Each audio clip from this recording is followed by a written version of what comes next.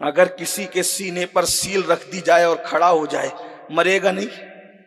توجہ آپ کی، میں آپ کو 1450 سال پہلے لے جا رہا ہوں، توجہ آپ کی۔ کسی کے سینے پہ سل رکھ کر انسان کھڑے ہو جائے، دم گھٹ کے مرے گا نہیں؟ بولو مرے گا کہ نہیں مرے؟ لیکن حضرت بلال نہ مرے، حالانکہ سینے پہ سل رکھ کر نیچے انگارے ہیں، اوپر سل ہے، آدمی کھڑا ہوا ہے، اوپر سے چابک برس رہے ہیں۔ بلال زندہ کیوں ہے؟ قوت عشق سے۔ عشق کی قوت کتنی مضبوط ہوتی ہے۔ بلال حبشی کو گردن میں رسی ڈال کر کے مکے کی زمین پہ گھسیٹا جا رہا ہے، لیکن حضرت بلال مسکرا رہے ہیں۔ بولو کسی کو زمین پہ گھسیٹو تو کیا وہ مسکراتا ہے؟ یہ طاقت آئی کہاں سے؟ آدمی روتا کب ہے مار کھانے سے؟ جب برداشت کے باہر ہو جائے، اور برداشت کے اندر تو نہیں روتا۔ اسی لیے بچے کو ایک تماچا مارو تو روتا ہے کیونکہ اس کی طاقت کم ہوتی ہے، جوان کو تماچا مارو تو اثر نہیں ہوتا کیونکہ اس کی طاقت زیادہ ہوتی ہے۔ تو آدمی روتا کب ہے؟ جب برداشت کے باہر ہوتا ہے۔ بلال کو کھینچا جا رہا ہے پھر بھی مسکرا رہے ہیں، مطلب کیا؟ ابھی بلال کی طاقت کے اندر ہے۔ بلال کو لٹایا جا رہے انگاروں پر پھر بھی مسکرا رہے ہیں کیونکہ بلال کی طاقت کے اندر ہے۔ بلال کے سینے پہ جب وہ سیل رکھ کر آدمی کھڑا کیا جا رہا ہے کیونکہ اب بھی بلال کی طاقت کے اندر ہے۔ بلال انسان ہے نا انسان۔ ابھی آپ نے سنا قاری صاحب سے کہ 70-75% پانی تو سب کے یہاں ہے، آخر پانی اتنا قوت والا نہیں ہوتا کہ برداشت کر سکے۔ اگر پانی میں اتنی قوت ہے تو چلو تم بھی برداشت کر کے بتاؤ، کیونکہ تم بھی تو بشر ہو، مگر بلال برداشت کر رہے ہیں۔ کیوں؟ اس لیے کہ جس میں پانی ہے اس میں گوشت کا لوتھڑا لٹکتا ہوا دل ہے، اور اس دل میں خدا کا محبوب جب بس جاتا ہے تو انسان فولاد سے زیادہ طاقتور نظر آتا ہے۔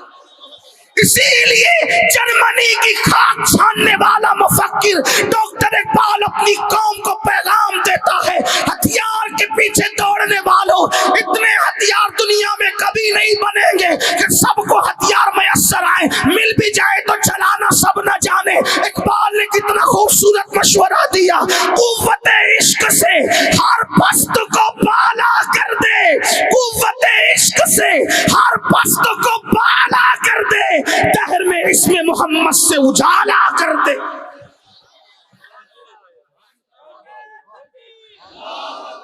ہتھیار کی قوت ملتی ہے تو آبادیاں ویرانے میں تبدیل ہوتی ہے، جیسے فلسطین میں ہو رہا ہے، اور عشق کی قوت ملتی ہے تو ویرانے آباد ہو جاتے ہیں۔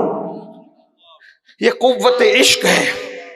ایک بات کہوں، 10 مشرکین اگر کھڑے ہو منکرین اسلام، آج آپ کا جم کرنے والا پہلوان چھوکرا بھی جانے کی ہمت نہیں کرتا۔ پورا ہندوستان شرک میں ڈوبا ہوا تھا، علی اور زہرا کا لال اکیلا آیا کیسے؟ اس لیے کہ اغیار کے مجمع میں جانے کے لیے بھی تو ڈیرنگ چاہیے، قوت چاہیے۔ بغل میں قرآن دبا کر، کندھے پہ مسلح رکھ کر، ہاتھ میں تسبیح لے کر وہ آیا کیسے؟ یہاں تو ہتھیار والے شکست کھا کے جا رہے تھے۔ توجہ ہے آپ کی؟ آپ نے، میں کوئی نئی بات نہیں کر رہا ہوں، اور راجستھان والوں کو تو اس کا تجربہ شاید روز سنتے ہوں گے کہ راجستھان کی اکڑ قوم ایسا مزہ چکھایا تھا ہتھیار والوں کو۔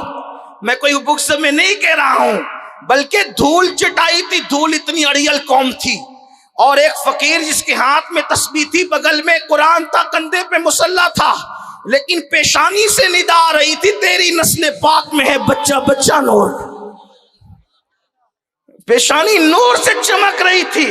گوری کی شکست خوردہ فوج نے کہا، بابا جس نے ہتھیار زنگالود کر دیے ایسے ضدی قوم کے پاس نہ جا، ورنہ ہمارا انجام دیکھا، ہم شکست کھا کے واپس جا رہے تھے۔